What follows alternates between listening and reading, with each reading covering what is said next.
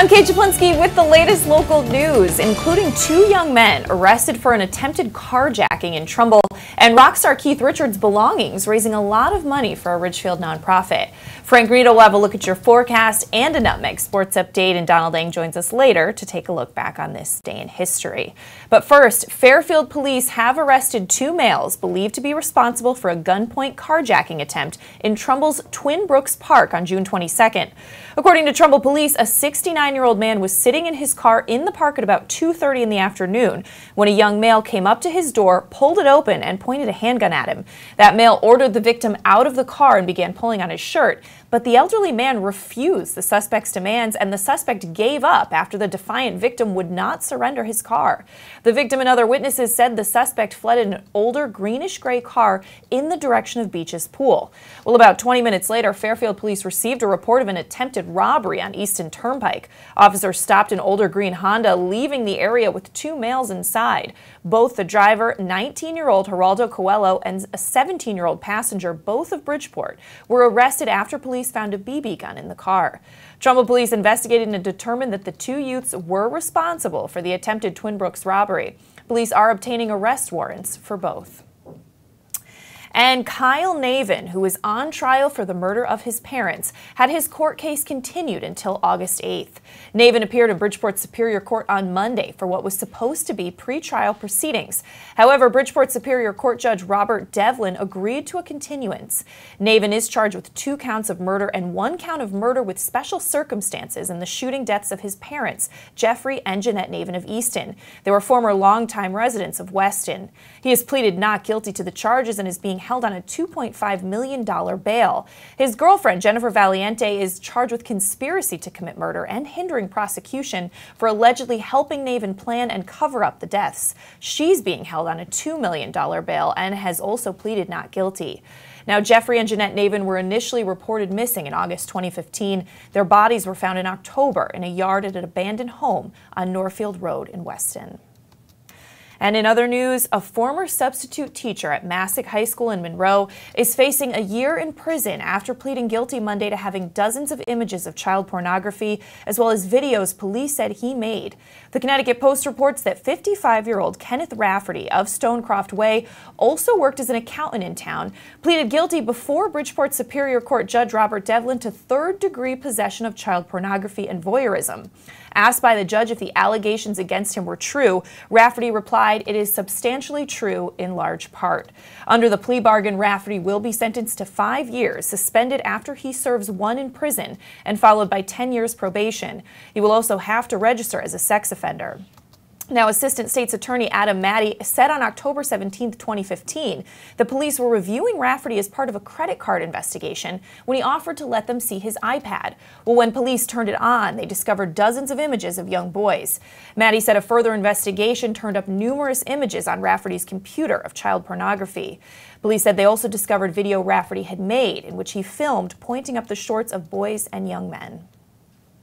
And in other news, Ridgefield police charged a North Street man with evading the scene of an accident, interfering with an officer, and failure to grant the right-of-way following a 1-car rollover accident at the intersection of Barrack Hill Road and Pinpack Road on Monday.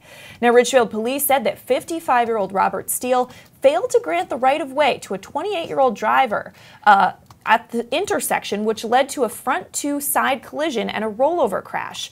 Steele then left the scene of the accident, according to police. Police put out a notice for a red SUV that neighbors saw flee on Pinpack Road, leaving the site of that accident. Well, the 28-year-old driver and 2 passengers, a 31-year-old man and an 87-year-old man, were taken to Danbury Hospital following that crash. Police reported extensive damage to the car, as well as damage to a fence and a wall outside of 78 Barrack Hill Road. You can get more on that story at theridgefieldpress.com.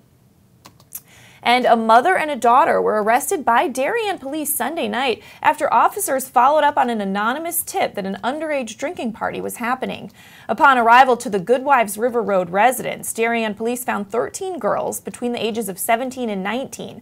Police said resident Alexandra Barnard, who turned 19 on Sunday, initially told police that she had provided the alcoholic beverages to the others, but then retracted that statement and said that the guests had actually brought it themselves. While several text messages were voluntarily shown shown to officers from guests supporting the fact that alcohol was brought to the home by some of the underage girls. Darien police said one guest showed officers a text message from Barnard saying that her mother, 49-year-old Lendy Donnelly, was okay with the party. However, Donnelly denied any knowledge of that underage drinking party occurring and stated that she did not permit it. Darien police said ample evidence of alcohol consumption was observed on scene, including open bottles of wine and champagne. Numerous plastic cups and other glasses were observed as well. Darien police said probable cause existed to charge Alexandra Barnard with permitting minors to possess alcohol and Lendy Donnelly with failing to halt the possession of alcohol by minors. All underage subjects were turned over to their parents or a responsible adult. Donnelly and Barnard are now both being represented by Stanford criminal defense lawyer Mark Sherman, who said he expects the case to resolve quickly. Sherman said in a statement to the Darien Times, "We're confident the court will make this a teaching moment rather than a punitive one. We believe the court will see these two women as hardworking, accomplished individuals who have made meaningful personal and professional contributions to the community." And New Canaan firefighters contained a propane gas fire at an Owen-Oak Ridge Road residence Sunday, and it took almost 23 hours of work before the scene was completely safe, according to Fire Chief Jack Hennessy. Well, the fire department was called at about 11:45 Sunday morning to respond to a burning underground propane tank, which had ignited as work was being done on a valve. The tank had reportedly been abandoned for many years after formerly being used to fuel a swimming pool heater. Firefighters first contained the fire and then controlled the leak. The remainder of the propane in the tank needed to be burned off to fully eliminate the hazard. Additionally, responders needed to spray a water mist to disperse unburned propane vapors that were leaking from the damaged tank to prevent an uncontrolled ignition. Workers from Rural Gas Company assisted at the scene with some technical expertise, and it was about 10 a.m. Monday before the scene was all clear. Damage was limited to the propane tank, and there was one minor injury to a workman, according to the chief. And Airbnb, the online service offering travelers low-cost options for short-term lodging and vacation rentals, including Milford, can be a vacationer's dream, but reviewers rave about the prices, the hospitality, and the views from Milford rentals. But this relatively new travel phenomenon is also creating a bit of a stir in some areas, both in Milford and across the country. Some cities have passed laws aimed at regulating Airbnb, and while Milford hasn't done that, City Hall has fielded complaints from some residents who say loud parties have taken place in at least one beachside home rented through Airbnb. A member of the Wildermere Beach Association attended a June Board of Aldermen's meeting to ask for a noise ordinance or something to help control loud partying at a Broadway home that's been renting through Airbnb. Luis Puzo said the association filed a complaint after a recent tough weekend when a high school graduating class of about 200 teenagers rented the house. Puzo said there was screaming, drinking, and a general nuisance. But city officials are not jumping too quickly at trying to regulate Airbnb. For now, they're just monitoring the situation and at the same time appreciating the travel and tourism that Airbnb does promote in Milford. You can get a lot more on that story at milfordmirror.com. Let's switch gears, throw it over to Frank Granito for a look at the forecast. Frank. Thank you, Kate. And we're seeing another comfortable day here around Fairfield County. Partly cloudy skies for the first half of the day with an expected high of 81 degrees. Humidity levels will be on the climb later on this afternoon, and we could see a passing thunderstorm or two before this evening. Those storms and showers will clear out before sunset today, and there'll be partly cloudy skies and a low of 67 overnight. Tomorrow looks to be another great day around Fairfield County. Plenty of sunshine, comfortable temperatures in the high 70s, low 80s. A little increasing cloud cover later in the day, a light breeze around 15 miles per hour. Help cool conditions continue on overnight with mostly clear skies and a low of 63. And a little warmer out on Thursday, but still plenty of sunshine as we get closer and closer to the holiday weekend. A high of 86 with a mix of sun and clouds through the day. Partly cloudy and humid overnight with a low of 70 plus a shower or thunderstorm in the area that should pass on before your commute Friday morning. That's going to do it for this weather update. Let's send it back over to Kate. All right, thanks so much, Frank. Well, we are going to step out for a break. When we come back, Donald Engel will take a look back on this day in history. Frank has your Nutmeg Sports Update, and there's more local news after this. Celebrate summer with fresh made-to-order picnic boxes from Walter Stewart's Market. We have delicious summery selections from buttermilk fried chicken to grilled lemon chicken kebab, grilled shrimp Caesar salad wraps, or lobster salad rolls. Our easy-to-carry picnic boxes come with your choice of a meal, as well as a dessert, beverage, and utensils. Order online for simple pickup options. Walter Stewart's Market, 229 Elm Street, New Canaan, and online at stewartsmarket.com. The new fishing season is fast approaching, so it's time to head over to the dock shop and get your gear in order. We're now offering bait in both Darien and our Westport location. The dock shop can service and repair your rods and reels, spool up new line, and fill any empty space you might have in your tackle box. Whether you're a fisherman, boater, or beach bum, the dock shop is a unique place to shop. The dock shop, 51 Tokenique Road, Darien, 609 Riverside Avenue, Westport, dockshop.com. Did you know heart attacks and strokes are the leading cause of death in America? Protect the health of you and your loved ones. Talk to a doctor about heart disease. Hi, I'm Dr. David Pazer with ProHealth Physicians, encouraging you to stay informed about health matters that affect you.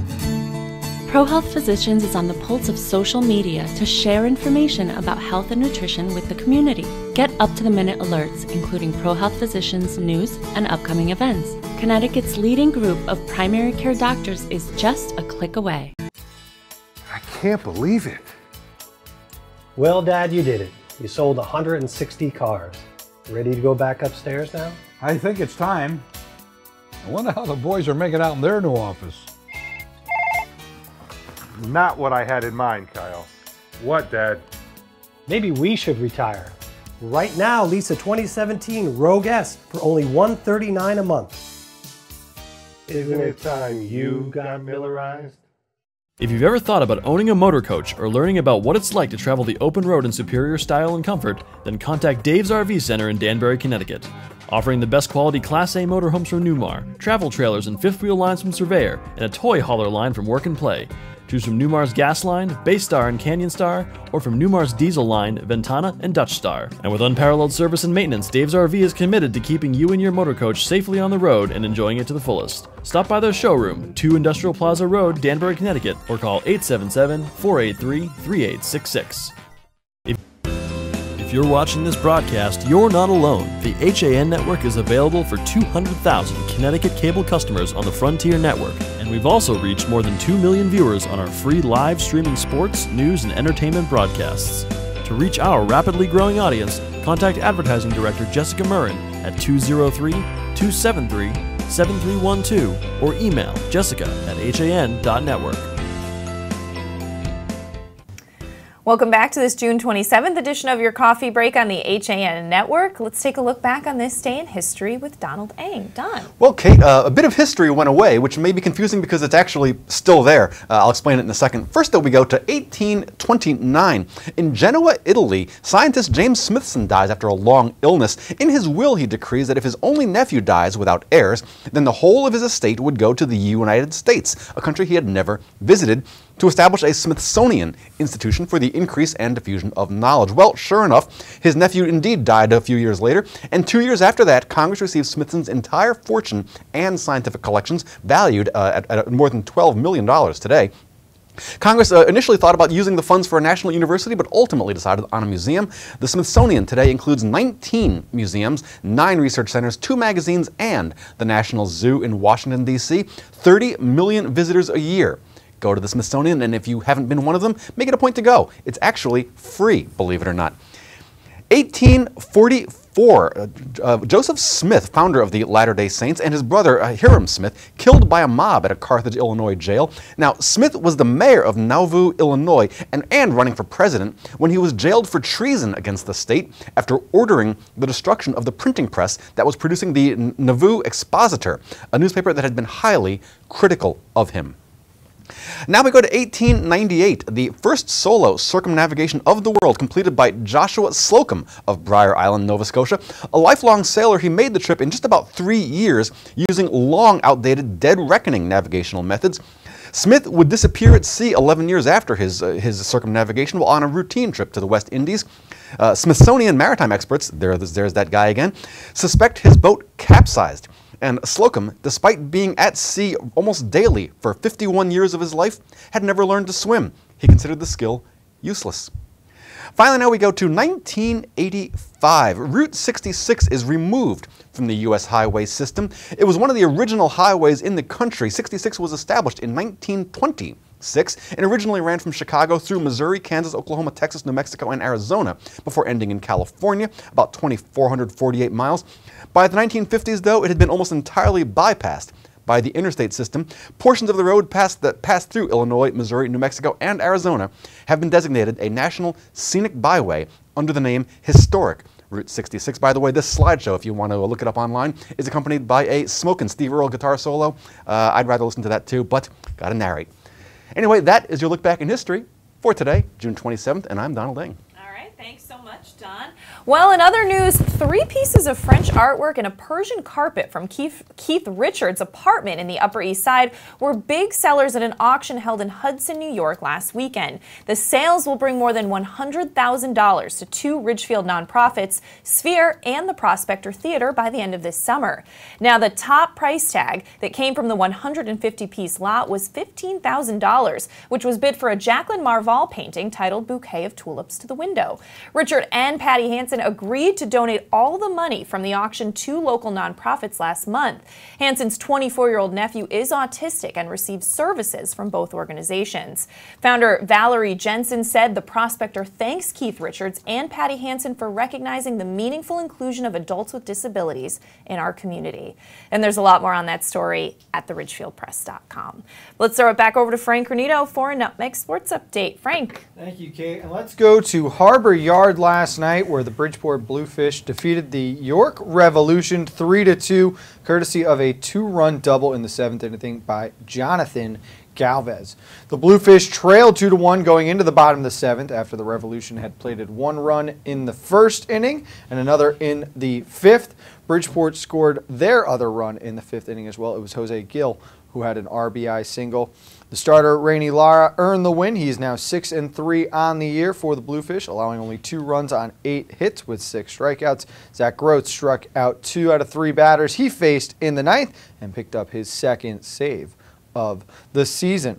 We also can announce that Trumbull has been awarded the honor of hosting the Babe Ruth New England Regional Tournament for the 14U Division this summer. The tournament will run from July 21st through July 26th at Trumbull High School, the winner advancing to the Babe Ruth World Series in Glen Allen, Virginia. The HAN Network is proud to announce we will be there for the semifinals on July 25th and the championship game on July 26th, bringing all 3 of those games live to you on the air. That's going to do it for this Nutmeg Sports Update. Tune in at 2 o'clock this afternoon when I'm joined with Kevin Coleman for Nutmeg Sports right here on the HAN Network. Let's send it back over to Kate. All right, thanks so much, Frank. Well, in other local news, the Tick-Borne Disease Prevention Laboratory at Western Connecticut State University has reported that its weekly sampling for deer ticks, a common carrier of Lyme disease and other illnesses, has reached the highest population level recorded since the first year that WCSU lab initiated field monitoring of the area sites back in 2011. Dr. Nita Connolly, director of the lab and associate professor of biological and environmental studies at the college, observed that weekly samples taken since the beginning of May this year have consistently shown increased levels of the black-legged tick, commonly called the deer tick, in the nymphal stage, compared with surveys conducted from similar periods from 2012 through 2016. During the last week of May, field samples collected on average 303% more nymphal deer ticks than in the same week in 2016, and 57% more than in 2015. But there's a lot more at theridgefieldpress.com. And in other news, a boyfriend trying to find his girlfriend who was lost on trails in Meriden and Middlefield area were found with the help of a state police canine on Monday night.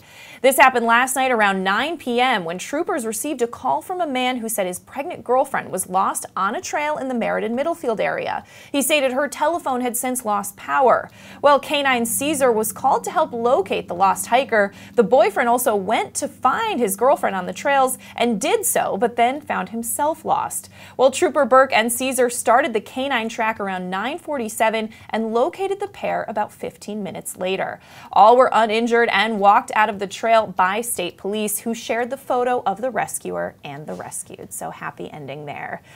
And the Stratford Hispanic Heritage Committee awarded scholarships to Stratford and Bunnell High School graduates last Thursday at the Birdseye Complex. Now, the money raised during the Latin Music Festival is used to fund those scholarships, and the 2017 Latin Music Festival will be held on Sunday, September 10th from noon to 6 p.m. at the Paradise Green. Well, Melvin Mason spoke with Gladys Ramos about the scholarships. Check it out.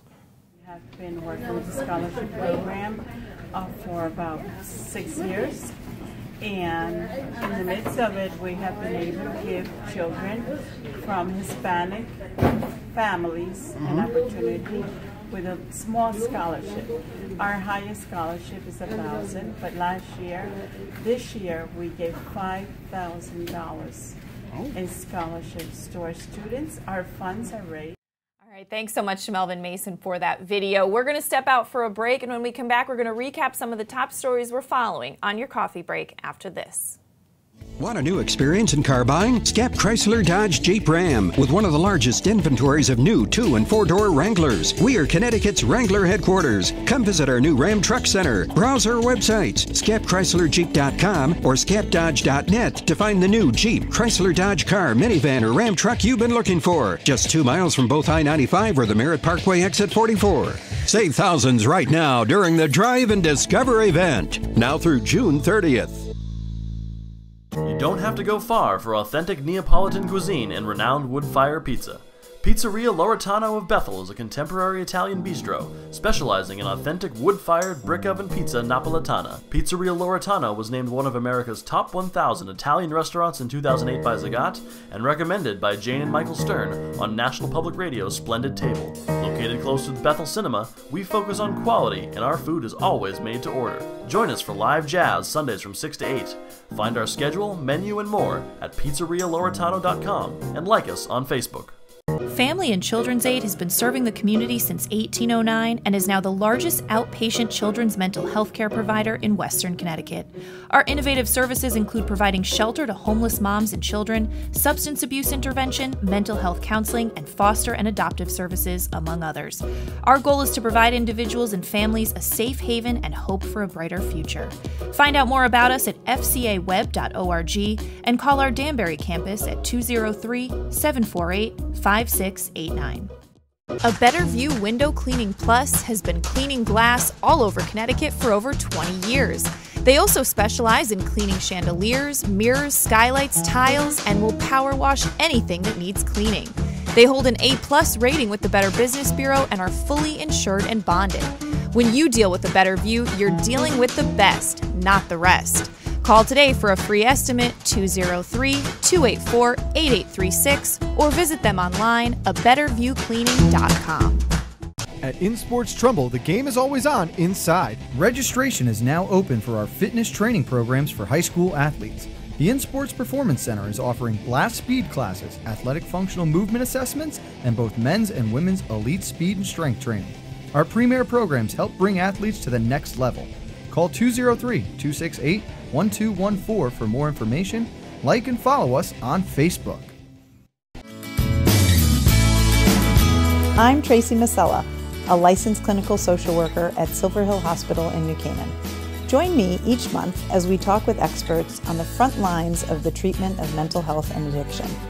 Straight Talk with Tracy, a Silver Hill Hospital production, airs at 12 p.m. on the second Thursday of each month here on the HAN Network. We're back on this Tuesday edition of Your Coffee Break on the HAN Network. I'm Kate Czaplinski, recapping some of the top stories we're following today. Fairfield police have arrested 2 males believed to be responsible for a gunpoint carjacking attempt in Trumbull's Twin Brooks Park June 22nd. Now, according to Trumbull police, a 69-year-old man was sitting in his car in the park at about 2:30 in the afternoon when a young male came up to his door, pulled it open, and pointed a handgun at him. The male ordered the victim out of the car and began pulling on his shirt, but the elderly man refused the suspect's demands, and the suspect gave up after a defiant victim would not surrender his car. The victim and other witnesses said the suspect fled in an older greenish-gray car in the direction of Beach's Pool. Well, about 20 minutes later, Fairfield police received a report of an attempted robbery on Easton Turnpike. Officers stopped an older green Honda, leaving the area with 2 males inside. Both the driver, 19-year-old Geraldo Coelho, and the 17-year-old passenger, both of Bridgeport, were arrested after police found a BB gun in the car. Trumbull police investigated and determined that the 2 youths were also responsible for the attempted Twin Brooks robbery. Police are obtaining arrest warrants for both. And Kyle Navin, who is on trial for the murder of his parents, had his court case continued until August 8th. Navin appeared in Bridgeport Superior Court on Monday for what was supposed to be pretrial proceedings. However, Bridgeport Superior Court Judge Robert Devlin agreed to a continuance. Navin is charged with 2 counts of murder and 1 count of murder with special circumstances in the shooting deaths of his parents, Jeffrey and Jeanette Navin of Easton, former longtime residents of Weston. He's pleaded not guilty to the charges and is being held on a $2.5 million bail. His girlfriend, Jennifer Valiente, is charged with conspiracy to commit murder and hindering prosecution for allegedly helping Navin plan and cover up the deaths. She's being held on a $2 million bail and is also pleaded not guilty. Jeffrey and Jeanette Navin were initially reported missing in August 2015. Their bodies were found in October in a yard at an abandoned home on Norfield Road in Weston. And in other news, a former substitute teacher at Massac High School in Monroe is facing a year in prison after pleading guilty Monday to having dozens of images of child pornography as well as videos police said he made. The Connecticut Post reports that 55-year-old Kenneth Rafferty of Stonecroft Way was also working as an accountant in town. He pleaded guilty before Bridgeport Superior Court Judge Robert Devlin to third-degree possession of child pornography and voyeurism. Asked by the judge if the allegations against him were true, Rafferty replied, "It is substantially true in large part." Under the plea bargain, Rafferty will be sentenced to 5 years, suspended after he serves 1 year in prison, and followed by 10 years probation. He will also have to register as a sex offender. Assistant State's Attorney Adam Mattey on October 17, 2015, said police were interviewing Rafferty as part of a credit card fraud investigation when he offered to let them see his iPad. When police turned it on, they discovered dozens of images of young boys. Mattey said a further investigation turned up numerous images on Rafferty's computer of child pornography. And police said they also discovered video that Rafferty had made in which he filmed pointing up the shorts of boys and young men. And in other news, Ridgefield police charged a North Street man with evading the scene of an accident, interfering with an officer, and failure to grant the right-of-way following a 1-car rollover accident at the intersection of Barrack Hill Road and Pinpack Road on Monday. Police said that 55-year-old Robert Steele failed to grant the right-of-way to a 28-year-old driver from Grace Lake, Illinois, at the intersection, to which led to a front-side collision and a rollover crash. Steele then left the scene of the accident, according to police. Police put out a notice for a red SUV that neighbors saw flee on Pinpack Road, leaving the site of the accident. The 28-year-old driver and 2 passengers, a 31-year-old man and an 87-year-old man, were taken to Danbury Hospital following that crash. Police reported extensive damage to the car, as well as damage to a fence and wall outside of 78 Barrack Hill Road. And there's more on that story at theRitchfieldPress.com. But let's throw it back over to Frank Granito for one final look at the forecast. Frank. Thank you again, Kate. It is comfortable out today. We're looking at partly cloudy skies for the first half of the day, an expected high of 81 degrees. Humidity levels will be on the rise a little later on this afternoon. We could see some increasing cloud cover and possibly a passing thunderstorm or 2 before this evening. Those storms should clear out, though, before sunset later today, and there'll be partly cloudy skies with a low of 67 overnight. Tomorrow looks like it will be another great day around Fairfield County. Plenty of sunshine and comfortable temperatures in the high 70s, low 80s. A little increase in cloud cover later in the day, and a light breeze will help keep conditions cool overnight with mostly clear skies and a low of 63. A little warmer out Thursday, but still plenty of sunshine as we get closer to the holiday weekend. A high of 86 with a mix of sun and clouds throughout the day.